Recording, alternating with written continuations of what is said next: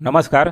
मी सर्वांचं स्वागत करतो हवामान अपडेट या आपल्या यूट्यूब चॅनलवरती. मी नेताजी जाधव आणि आपण पाहणार आहोत 21 एप्रिलचा संपूर्ण महाराष्ट्र राज्याचा हवामानाचा अंदाज. सर्वप्रथम आज दिवसभराचा जर विचार केला आणि कालचा तापमानाबद्दलचा जर विचार केला, काल देशातील सर्वाधिक तापमान हे राज्यामध्ये पाहायला मिळालं.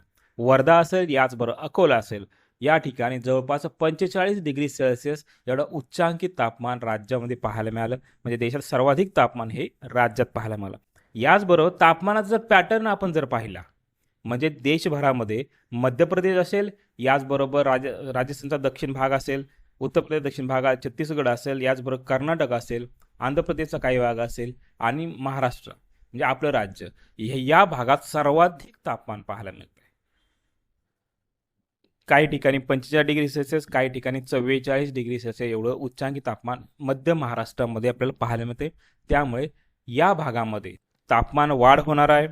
अजूनही वाढ होण्याची शक्यता आहे. विदर्भातील काही ठिकाणी येणाऱ्या 2 ते 3 दिवसानंतर जवळपास 47 ते 8 डिग्री सेल्सिअसपर्यंत तापमान पोहोचण्याची ही दाट शक्यता आहे. याचबरोबर तापमान जसं वाढेल तसं दिवसभराचा दुपारनंतरचा जो वेळ असतो त्या वेळेला ढगाळ तयार होतील. याचबरोबर लाईटनिंग थंडरस्टॉर्मच्या ॲक्टिव्हिटी पाहायला मिळतील.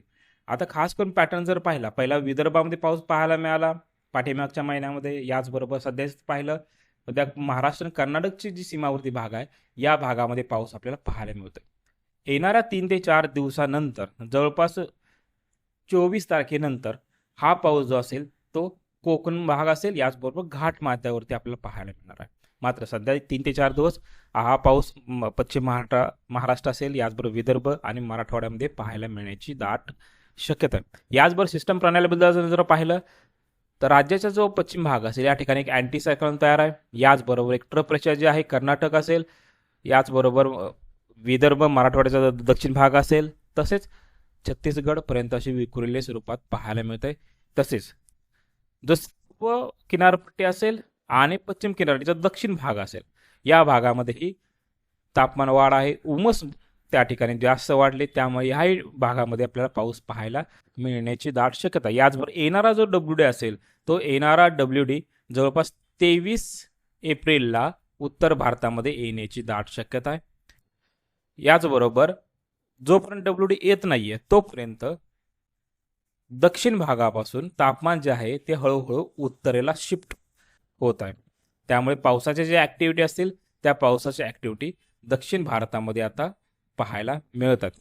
याचबरोबर सध्याची लेटेस्ट सॅटेलाइट इमेजनुसार जर आपण पाहिलं तर आज रात्री अहिल्यानगरचा मध्यवर्ती भाग आणि दक्षिण भाग असेल, याचबरोबर संभाजीनगरचा उत्तर भाग, जळगाव दक्षिण भाग, याचबरोबर नाशिकचा अतिपूर्व भाग असेल, या ठिकाणी लाईटनिंग थंडरस्टॉर्मची ॲक्टिव्हिटी पाहायला मिळतील. याचबरोबर बीडचा मध्यवर्ती भाग असेल, तसेच पुण्याचाही काही अंशी भाग आपल्याला ढगाळ वातावरण पाहायला मिळते. लाईटनिंग थंडरस्टॉर्मची ॲक्टिव्हिटी त्याही ठिकाणी पाहायला मिळण्याची दाट शक्यता आहे. याचबरोबर विदर्भातील बहुतांश भाग जे असतील, म्हणजे वर्धा असेल, याचबरोबर नागपूर असेल, भंडारा, गोंदिया, गडचिरोलीचा उत्तर भाग, या ठिकाणी ही लाईटनिंग थंडरस्टॉर्मच्या ॲक्टिव्हिटी आपल्याला पाहायला मिळण्याची दाट शक्यता आहे. यवतमाळमध्ये पावसाची शक्यता फार कमी आहे, मात्र ढगाळ वातावरण पाहायला मिळू शकतं व काही ठिकाणी हलक्या स्वरूपाचा पाऊस पाहायला मिळेल. याचबरोबर बुलढाणा दक्षिण भाग असेल, वाशिम तर बहुतांश संपूर्ण जिल्हा या भागामध्येही आपल्याला ढगाळ वातावरण पाहायला मिळण्याची दाट शक्यता त्या ठिकाणी आहे. याचबरोबर आज रात्रीनंतर कदाचित राज्याचा जो दक्षिण भाग असेल, म्हणजेच कर्नाटकचा उत्तरेचा भाग असेल, बेळगाव असेल, याचबरोबर हुबळी, धारवाड, या ठिकाणी ढगांची निर्मिती झाली आहे. हे ढग शक्यतो करून उत्तरेला सरकण्याची दाट शक्यता. ज्याला हे उत्तरेला जर ढग सरकतील त्याला सांगलीच अतिपूर्व भाग असेल, सोलापूर असेल, याचबरोबर लातूरचा काय भाग असेल आणि धाराशिवचा काय भाग असेल, या भागामध्येही पावसाची दाट शक्यता आज रात्री आहे.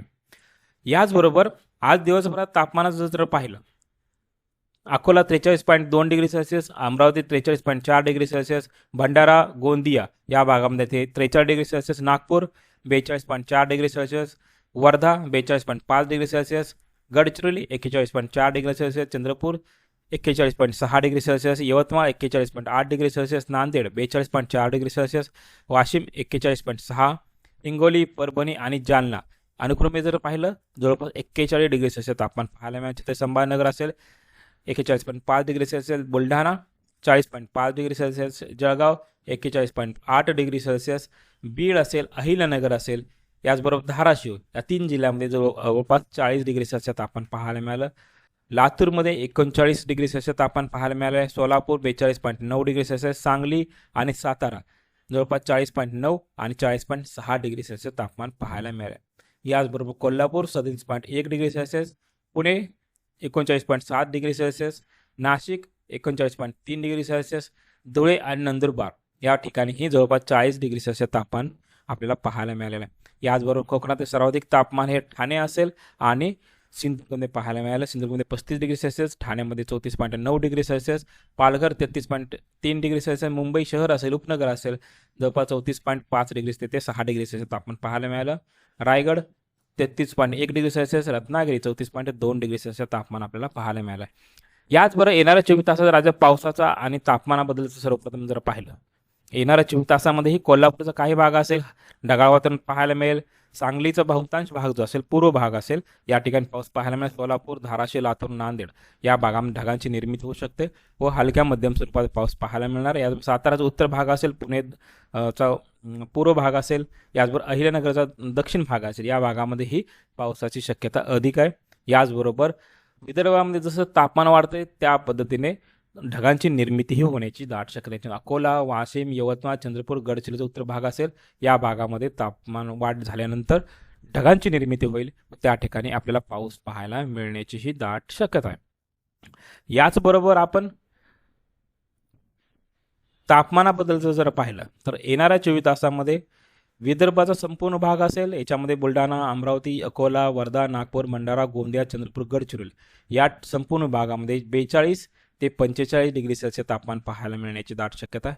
तसेच मराठवाड्याचा छत्रसंभारनगर, पूर्व जालना, बीड, लातूर, नांदेड या भागामध्ये काही अंशी 42 ते 45 डिग्री सेल्सिअस तापमान पाहायला मिळेल.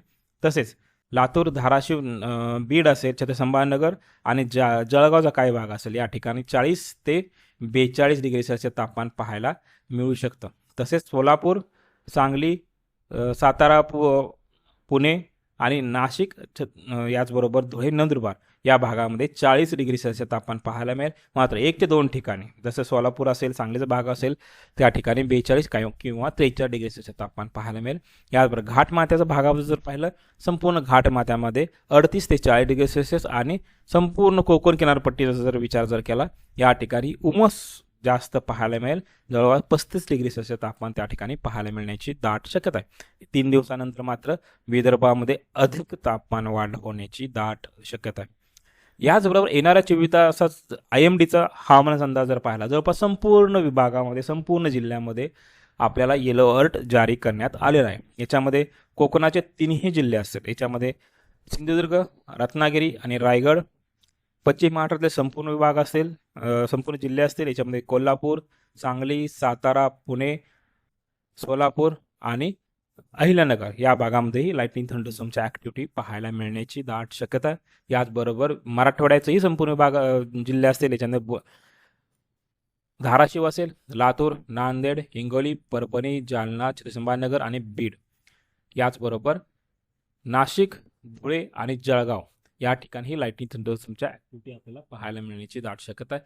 याचबरोबर अमरावती असेल आणि वर्धा या 2 जिल्ह्यांमध्ये हीट वेव्हचं लाट राहण्याची दाट शक्यता आहे. नागपूर असेल, चंद्रपूर असेल, गडचिरोली आणि यवतमाळ या ठिकाणी ही लाईटनिंग थंडरस्टॉर्मच्या ॲक्टिव्हिटी आपल्याला येणाऱ्या 24 तासामध्ये पाहायला मिळण्याची दाट शक्यता. याचबरोबर ठाणे आणि मुंबईचे काय भाग असेल, या ठिकाणी एक दुसऱ्या स्वरूपामध्ये हलक्या पावसाच्या नोंदी पाहायला मिळू शकतात, असं IMD खात्यानं व्यक्त केलेलं आहे. तर हे होतं येणाऱ्या 24 तास राज्याचं हवामान अपडेट. जर आता आपण हवामान अपडेट या यूट्यूब चॅनल सबस्क्राईब जर केलं नसेल तर कृपया सबस्क्राईब करा, बेल आयकॉन तर नक्की करा. धन्यवाद.